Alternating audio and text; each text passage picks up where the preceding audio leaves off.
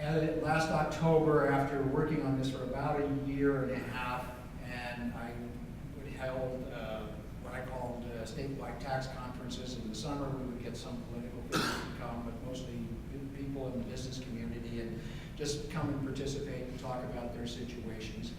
But to just give you an idea, in New Jersey, corporations or the business community, if you will, own 6% of the property. They pay 36% of the property taxes.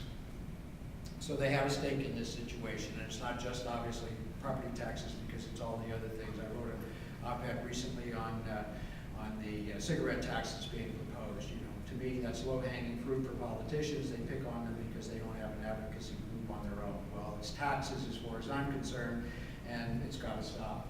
So thus far in October, we had a formal announcement of the formation of the New Jersey Taxpayers Alliance, which we organized it under the association because I tend to be the spokesman for it. We're not, well, they are formal members, but we don't have a formal structure per se. I'm the spokesperson for the group, and this past Tuesday, we held a press conference in New Jersey at the Capitol, where the president of the New Jersey Restaurant Association presented their issue on wine and liquor taxes there, and then we introduced another measure, which I'll talk about in a second, as the overriding issue.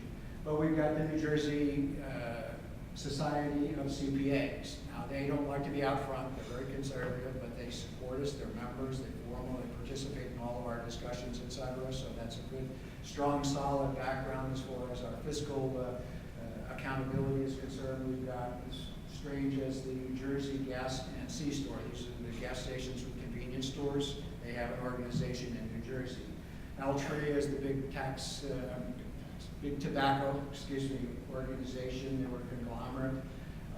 The Commerce and Industry Association of New Jersey. This is a large organization of, it's a mixture of corporations and individual business owners. The New Jersey Restaurant Association. The total list right now of members and partners, the National Federation of Independent Businesses, the New Jersey chapter is a partner of ours, Americans for Tax Reform is a partner of ours, New Jersey Lawsuit Reform Alliance. We have a horrible problem with tort issues in New Jersey, and we're working with them on reforming that. The Tax Foundation, we work with them to gather and validate the information we put out. The formal members of the National Taxpayers Union are one of the members. Altria, Commerce and Industry, the Education for Everyone organization, New Jersey Restaurants, New Jersey Retail Merchants Association, so it's all the retailers around the state. What we come together on, and we spent a good portion of last summer in monthly and bi-monthly meetings, and we actually get space at the State House, so it kind of allows everybody to come together in that setting. And we talk about the different issues. We identified about 17 key criteria that we wanted worked on as far as the tax reform is concerned. And we established a team, and then, like I said, pushed it to the next level, and we actually formed the alliance.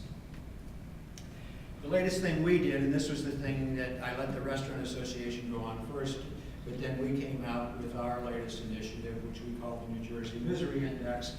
And this, as you can see on the chart, we started out for the last 10 years, and I apologize, it's pretty fuzzy, but you can see the generic slope of the chart there.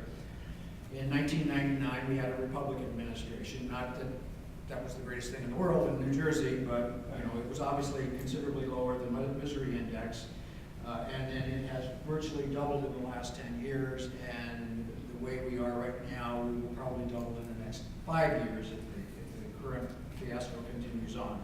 Just to give you an idea of the kind of things that we measured, we're in a very blue state, I guess, if you will, but more importantly, we want to be nonpartisan. That's the only way we could survive up there.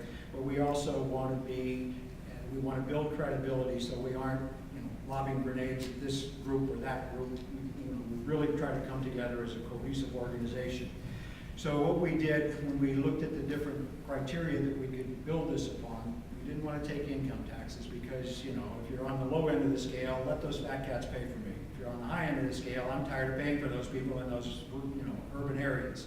So that just gets to be bantered back and forth, and nothing really gets resolved out of that.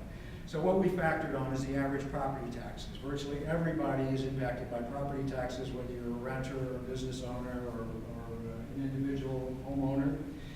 We took the next category down as the state spending per capita, and it's obviously going through the roof.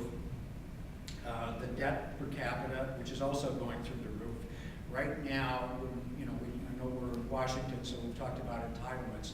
If you factor in the current contract commitments to the state employees and the debt that we've been taking out to pay for school construction and things of that nature, we're $125 billion in the hole.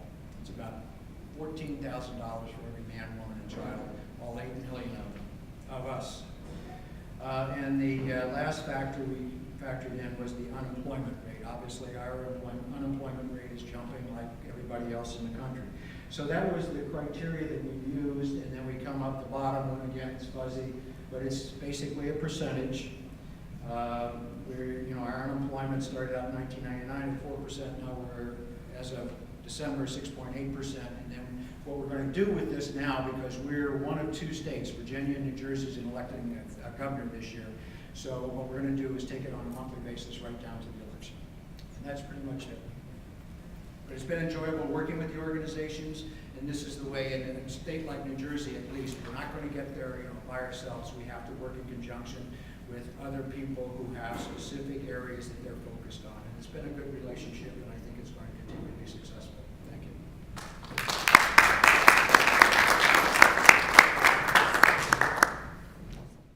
The New Jersey Restaurant Association has, I think, 23,000 members, 300,000 employees.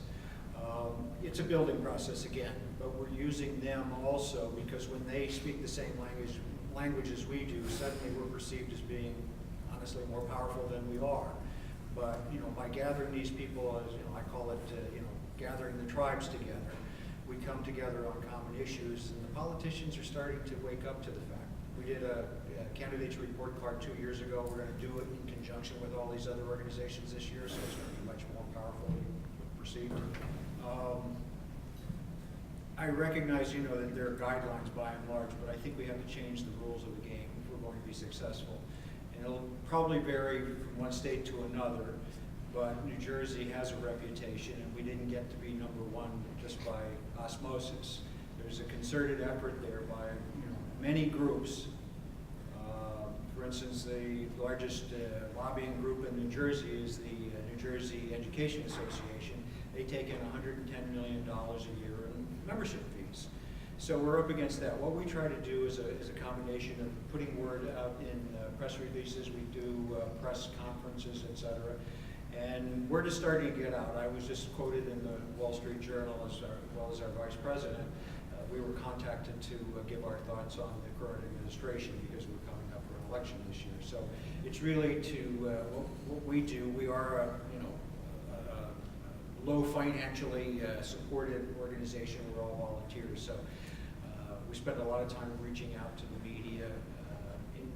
I don't spend a great deal of time with the politicians because I don't see a great deal of political courage out there from either side, in all honesty. I don't think that that's a good use of our time.